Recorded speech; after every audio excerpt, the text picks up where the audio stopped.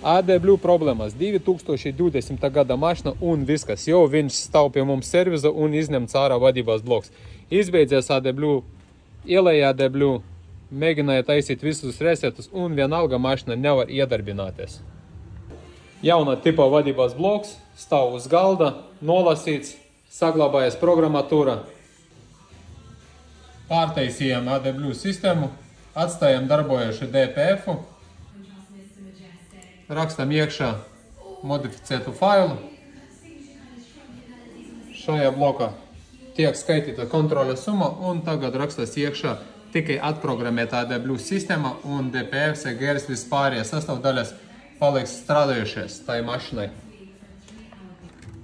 Tiek likts atpakaļ bloks. Liekam atslēga. Iepriekš mašina vispār nekādīgi nevarēja iedarbināt, tikai iestumot viņu. Tad aizdedzi ieslēgta, pagriežam atslēga. Viss mašina rūc.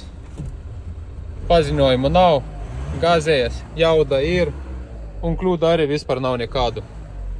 Un ja tava mašinai vajag atprogrammēt pareizi AdBlue sistēmu un saglabājot DPF, GR vai uzcelt jaudu kodu un arī visa ekoloģija ir iekšā, vari droši pieteikties pie mums, mēs sakārtosim jums autočip.lv. Jauku dienu!